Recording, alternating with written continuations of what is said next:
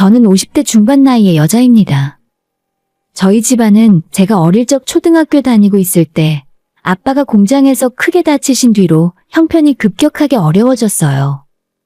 기계 장갑이 끼어 말려 들어가면서 손을 심하게 다치게 되셨는데 수술을 하고 장기간 회복을 해도 원래 기능을 회복하지 못했죠. 문제는 그 이후 아빠의 성격 자체도 많이 변했고 사람을 만나기 싫다면서 집 밖으로 거의 나가질 않으셨어요. 엄마는 저희 식구의 생계를 책임지기 위해 무슨 일이든 닥치는 대로 하셨는데 시장에서 배달 일도 하고 식당이나 야식집 주방에서 일을 하시기도 했습니다. 그러다가 한 청소업체에 취직해서 동네 건물 청소를 하시게 된 이후로는 아예 그 일에 정착을 하게 되셨죠. 저와 언니가 한참 사춘기 때 우리 집안의 형편은 바닥을 찍었는데 그것 때문에 우리 두 자매의 성격은 어두워졌습니다. 언니는 그나마 외향적인 성격이라 저보다는 조금 나았지만 태어나기를 소심하게 태어났던 저는 성격까지 우울해지니 아예 말수가 없어지고 입을 꾹 닫아버렸죠. 학교에서 적응하기도 힘들고 반에서 친한 친구조차 하나도 없었어요.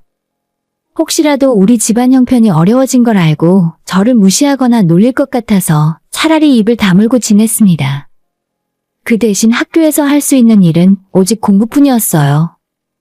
쉬는 시간마다 다른 친구들은 매점을 다니거나 밖으로 놀러 나가는데 저는 그런 친구들 분위기에 휩쓸리지 못하고 대신 고개를 책에 처박고 있었으니 당연한 일이었죠. 할 수 있는 게 없으니 공부만 열심히 했고 집에서 부모님들 문제만 해도 머리가 아프실 텐데 저까지 신경 쓰이게 하고 싶지는 않았어요. 덕분에 저희 언니는 명문대에 합격했고 저 역시도 우리 지역에서 가장 공부를 잘하는 여자 고등학교에 들어가게 되었죠. 부모님은 엄청나게 좋아하셨습니다. 언니는 대학에 들어가자마자 과외를 2탕씩 뛰며 본인 생활비는 물론 집안에 돈을 보냈고 저한테 매달 용돈까지 주었어요. 아빠가 다치고 일을 거의 못하게 된 이후로 힘들었던 저희 집은 언니 덕분에 그나마 숨통이 트이는 것 같았죠. 그렇게 조금씩 나아져갈 무렵 아빠는 다시 일을 시작하셨고 오토바이를 하나 사서 배달 일을 하셨습니다. 매일 집에 누워만 있던 아빠가 나가서 일을 하시니 마냥 좋았는데 밤늦게 치킨 배달을 가던 아빠가 불법 유턴하는 차와 충돌을 하고 그렇게 길에서 돌아가셨어요. 조금씩 좋아지던 저희 집안 분위기는 다시 어둠 속으로 빠져들었죠. 아빠가 돌아가신 것도 너무 슬펐고 아무것도 하고 싶지 않았습니다. 당시에 수험생이었는데도 공부고 뭐고 전부 손을 놓고 집에 누워만 있었어요. 하지만 저보다 더 힘들고 더 슬픈 와중에도 매일 아침 일찍 일어나 출근을 하시는 엄마를 보며 일찍 정신을 차리게 되었습니다. 저도 다시 기운을 내고 열심히 공부를 시작했고 언니는 바쁜 와중에 제 공부를 봐주며 저를 가르쳐 주었죠. 그러고 보면 언니는 저처럼 나이가 많은 형제도 없고 학원도 제대로 다니지 못했는데 혼자 힘으로 다 했더라고요. 그런 언니에 비하면 저는 복받은 사람이라 생각해서 열심히 공부만 했습니다. 그 결과 저는 언니와 똑같은 대학에 들어갔고 대학 졸업한 이후로는 국내 대기업 연구소에 취업할 수 있었어요. 저보다 똑똑한 언니는 방송국에 취직해서 기자로 일을 하고 있었죠. 엄마, 이제 엄마는 힘들게 일 많이 안 해도 돼. 언니도 나도 일하잖아. 둘이서 생활비 정도는 드릴 수 있으니까 힘든 일은 하지 마. 왜? 나 아직 쌩쌩해. 일은 할 수 있을 때까지 하는 거야. 쉬긴 왜 쉬어? 난 청소하는 거 천직이라 하나도 안 힘들어. 사실 저와 언니도 돈을 엄청 많이 버는 건 아니었지만 엄마가 고생하며 살았던 걸 알기 때문에 편히 쉬게 해드리고 싶었어요. 적어도 건물 청소 일이 너무 고되고 힘드니까 편하고 짧게 일을 하시길 바랬죠. 하지만 엄마는 오히려 본인이 일을 해야 마음이 편하다고 하셔서 더 이상 이 문제로 이야기를 꺼낼 수가 없었습니다. 저는 회사 생활이 힘들고 사람 상대하는 일이 벅차서 때려치우고 싶을 때마다 엄마를 보며 참을 수가 있었습니다. 시간이 흐르면서 점점 하는 일에 익숙해지고 저도 회사에 적응을 하니 처음만큼 힘들지는 않더라고요. 저와 함께 입사했던 동기들 중에 절반 이상이 이미 회사를 그만뒀지만 저는 계속 남아서 버티고 있었어요. 그러자 제게도 중요한 프로젝트에 참여할 기회가 찾아왔고 회사의 신제품 개발에도 당당히 제 이름을 올릴 수 있게 되었습니다. 물론 일은 어렵고 힘들었지만 이제는 보람도 있고 힘든 만큼 재미도 있더라고요. 그러던 중에 회사 선배의 소개로 어떤 남자를 하나 소개받게 되었는데 직업이 무려 의사였습니다. 어차피 의사 정도 되는 사람이 나랑 만날 이유가 없다고 생각해서 마음을 비우고 편하게 나갔어요. 생각보다 키도 크고 운동을 좋아한다고 하는 말처럼 훤칠한 느낌이더라고요. 만나서 밥도 먹고 맥주도 한 잔 마시고 헤어졌는데 의외로 말이 잘 통하는 기분이라 다음에 또 보자는 애프터 약속까지 잡게 되었습니다. 그렇게 같이 몇 번 만나 영화도 보고 밥도 먹고 하다 보니 금방 정이 들었고 자연스레 서로 사귀는 사이가 되었어요. 1년 반 정도 연애를 하던 끝에 이 남자가 먼저 결혼 이야기를 제게 꺼냈습니다. 내가 아무리 생각해봐도 미연이 너보다 좋은 여자는 못 만날 것 같아. 우리 결혼하자. 내가 너 행복하게 해줄게. 청혼을 받고 저는 기분이 좋았지만 한편으로는 망설여지더라고요. 이 사람이 제게 직접 말을 한 적은 없지만 소개 주선해준 선배에게 듣기로는 남자 쪽 집안이 3대째 의사 집안이라고 들었거든요. 물론 우리 집이 조금 기우는 조건이라고 해서 부끄러운 건 아니었습니다. 하지만 그건 제 개인적인 생각일 뿐이고 그쪽 집안 사람들이 저희 집을 어떻게 볼지 알 방법이 없었으니 불안한 마음이었죠. 그리고 그때는 언니 역시도 시집을 안 간 때라서 제가 언니보다 먼저 결혼을 하는 것도 마음이 편하진 않았어요. 이런 고민을 언니를 만나 털어놓았는데 의외로 언니는 뭘 망설이냐 하더라고요. 너만 좋다면 결혼해. 난 일이 바빠서 어차피 일찍 할 수도 없어. 사실 저 역시도 이 남자를 놓치고 싶지 않았기 때문에 최대한 좋게 생각하려고 했습니다. 남자는 자기 집안 사람들이 조건 같은 걸 많이 따지는 사람도 아니고 제가 좋은 대학 나와 직장도 괜찮은 곳을 다니고 있는데 대체 뭐가 그리 걱정이냐 하더라고요. 그 말을 듣고 결혼 준비를 시작하기로 마음을 먹었습니다. 이 남자의 어머니는 서울대 음대를 나오셨고 집안이 엄청 잘 산다 하더라고요. 처음 부모님께 인사드리러 갔던 자리에서 저를 미워하는 느낌은 아니었습니다. 원래 의사들이 공부만 하느라 여자 만나기도 힘들어. 보통 선을 봐서 결혼을 하는데 우리 아들이 특이해서 아가씨가 복 받았어. 아들 자랑인지 본인 자랑인지 모를 소리를 하셨는데 그래도 걱정했던 것처럼 반대하는 일은 없어서 다행이었습니다. 얼마 후 상견례를 할 때 언니도 자리에 나왔고 공중파 방송국 기자라고 하니까 그쪽 집안에서 약간은 놀라는 눈치더라고요. 저희 집이 절대 잘 사는 건 아니었지만 두 딸이 모두 번듯한 직장을 다니고 있으니 얕보는 분위기는 아니었습니다. 그렇게 결혼까지 순조롭게 진행이 되나 싶었는데 결혼식을 올리는 바로 그날 문제가 터졌습니다. 식도 무사히 끝내고 패배까지 마치고 난 후 하객분들에게 인사를 하려고 옷을 갈아입고 있었는데 시어머니가 갑자기 탈의실로 들어왔습니다. 얘, 너 일부러 숨겼니? 너희 엄마 건물 청소한다며? 그거 왜 말 안 했어? 어쩐지 오늘 너희 쪽 손님들 행색이 좀 그렇더라니. 아니 그런 중요한 이야기를 왜 진작에 안 하고 숨기고 있었어? 작정하고 나를 속인 거야? 아니요, 그런 거 아니에요. 엄마 하시는 일이 저희 결혼에 문제가 되는 건 아니잖아요. 기분 나쁘셨으면 죄송한데 숨길 생각은 전혀 없었어요. 이미 다 끝난 거 이제 와서 물릴 수도 없고. 너 아무튼 나중에 다시 이야기해. 라고 하면서 문을 쾅 닫고 나가버렸습니다. 난데없는 봉창 두들기는 소리에 너무 불쾌했지만 꾹 참고 하객들에게 인사를 마무리하고 결혼식을 무사히 끝냈어요.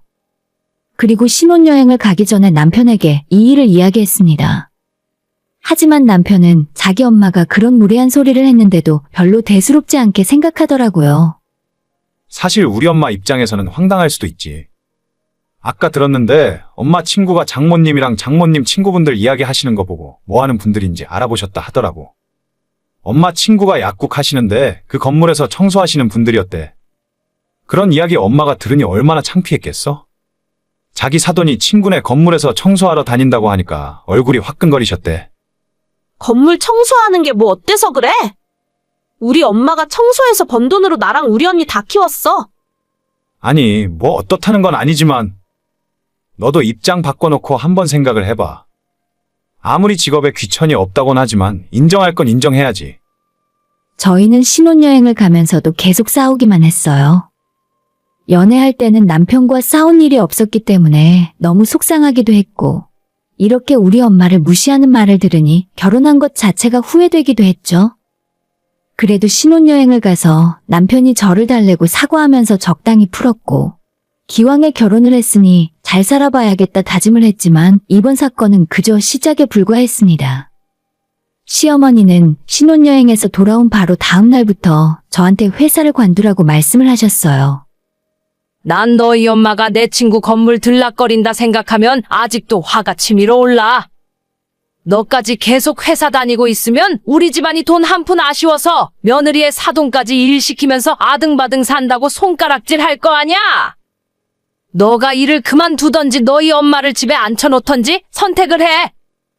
어머님, 그게 무슨 말씀이세요? 저 H그룹 연구소 다니고 있어요. 남들은 들어오고 싶어도 못 오는 곳인데 꼭 돈이 문제가 아니라 저도 제 일하면서 살고 싶어요. 우리 집안에 들어온 이상 그런 거 다 필요 없다. 나라고 하고 싶은 일이 없었는 줄 알아? 잔말 말고 집에서 내조나 하면서 조용히 살아.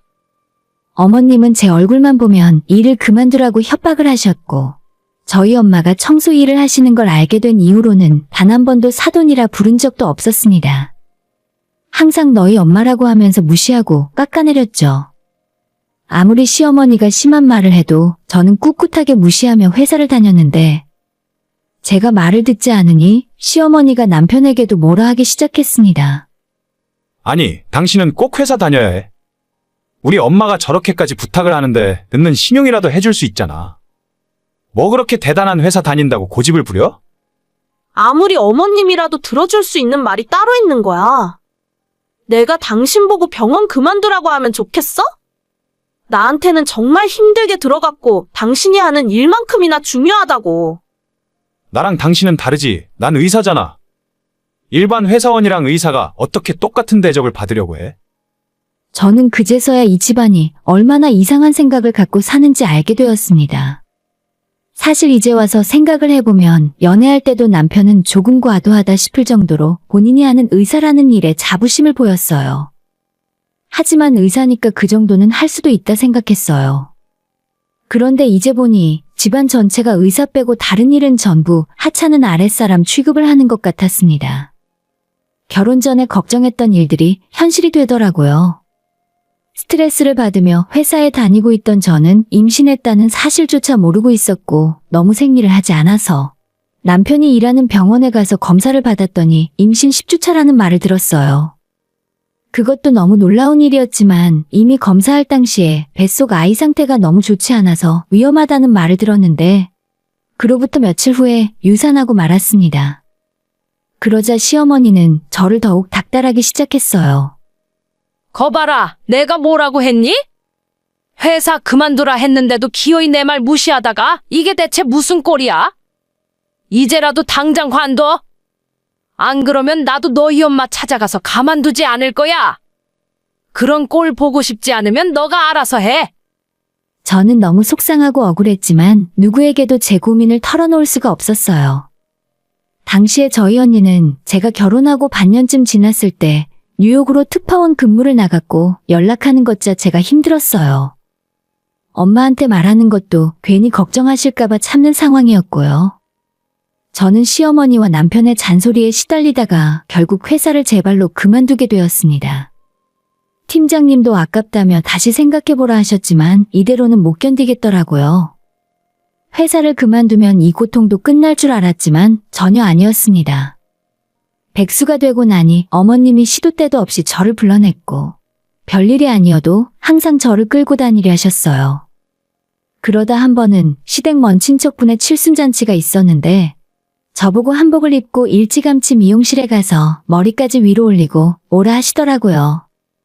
어머님, 제 나이에 누가 그런 머리를 해요? 결혼식 가는 것도 아닌데 그렇게까지 할 필요 있을까요? 너는 아직도 내가 하는 말에 토를 달고 그러니? 우리 집안 그렇게 근본 없는 집안 아니라니까? 너 빼고 전부 한가닥 하는 사람들 뿐인데 너 혼자 후줄근하게 나가서 망신시킬 거야? 하는 수 없이 아침부터 한복을 입고 미용실에 가서 어머님이 시키는 대로 머리까지 하게 되었어요. 그런 제가 스스로 참 한심하고 못났다는 생각이 들었지만 그래도 참을 수밖에 없었죠. 결혼식 이후로 처음 보는 먼 친척분들이 다들 모이는 자리였고 어머님은 저를 끌고 다니며 친척분들에게 인사를 시켰어요. 여긴 우리 며느리. 아들은 오늘 병원에 수술이 있어서 못 왔어요. 예쁘기는 뭘. 내가 얘 때문에 요즘 늙는다니까. 얘네 엄마가 내 친구 건물에서 청소하잖아. 덕분에 내가 요즘 친구들 모임에 나가지를 못해요. 쪽이 너무 팔려서. 시댁 친척들 다 모인 자리에서 우리 엄마를 입에 올리며 욕을 보였고 다른 친척들도 그건 너무했다며 다들 깔깔대고 웃었습니다. 그 집안 식구들이 저희 엄마를 함께 비웃고 조롱하며 입에 올리는 것 자체를 참기 힘들었어요. 저는 제 팔을 붙들고 있는 어머님 손을 뿌리치며 적당히 하시라 소리를 질렀습니다. 진짜 적당히 좀 하세요. 의사가 뭐 그렇게 대단해서 이런 식으로 사람을 모욕하시는데요. 의사 집안 며느리? 웃기지 말라고 해요. 어머님은 평생 자기 손으로 돈 한 푼 벌어본 적 없는 주제에 누가 누굴 평가하시는지 모르겠네요. 오늘부터 이 집안 며느리 안 하겠습니다. 저는 붙잡는 시어머니를 뿌리치고 한복도 갈아입지 못한 채 친정집으로 돌아왔어요. 초저녁부터 한복을 곱게 차려입은 딸이 울면서 집에 들어오니 엄마가 엄청 놀라셨죠. 자초지종을 다 들은 엄마는 본인 때문에 생긴 일이라며 미안해하셨습니다. 내가 너희들이 그만두라고 할 때 이 일은 그만할 걸 그랬나 보다. 괜히 고집 부리는 바람에 너만 힘들게 만들었어. 그런 말이 어디 있어? 난 엄마가 자랑스러워. 저 인간들이 이상한 거야. 내가 사람 보는 눈이 없어서 이상한 인간을 남편으로 만났을 뿐이지. 엄마가 잘못한 건 하나도 없어. 시어머니는 제가 남편에게 이혼하겠다 말을 하기도 전에 자기들이 먼저 이혼하라며 저한테 호통을 쳤습니다. 이혼? 웃기고 있다. 똑똑히 알아둬. 너가 우리 집에서 쫓겨나는 거야. 남편은 자기 부모님이 하는 말에 반항 한번 할 생각 없었고 저와 이혼을 결정했어요. 얼마 후에 저희는 합의 이혼을 했고 저는 다행히도 예전 직장 선배의 소개로 비슷한 동종업계 연구소에 취직을 할 수가 있었습니다.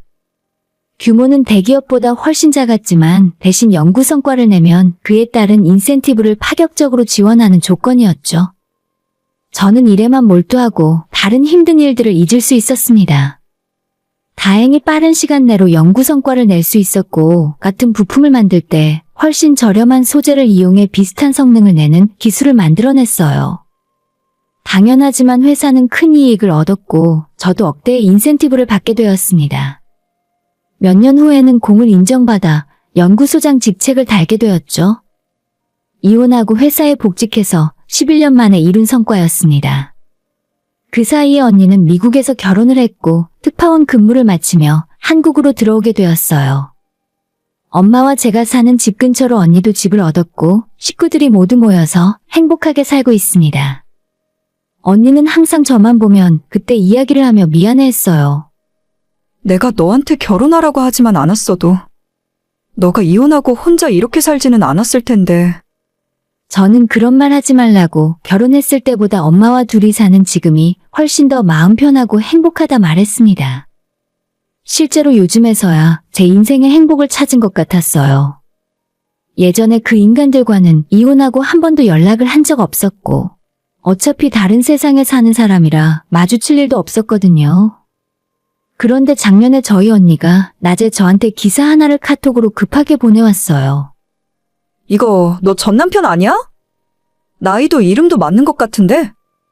대체 무슨 일인가 하고 봤더니 의사가 자기 개인 병원에서 환자들에게 돈을 받고 불법으로 약을 처방해줬더라고요. 그 병원에서 약을 받아간 사람들이 밖에서 운전을 하고 생활을 하다가 사고를 쳤고 모든 원인이 전 남편 병원에서 함부로 위험한 약을 줬기 때문이라는 겁니다. 뉴스를 보는데 진짜 어처구니가 없었어요.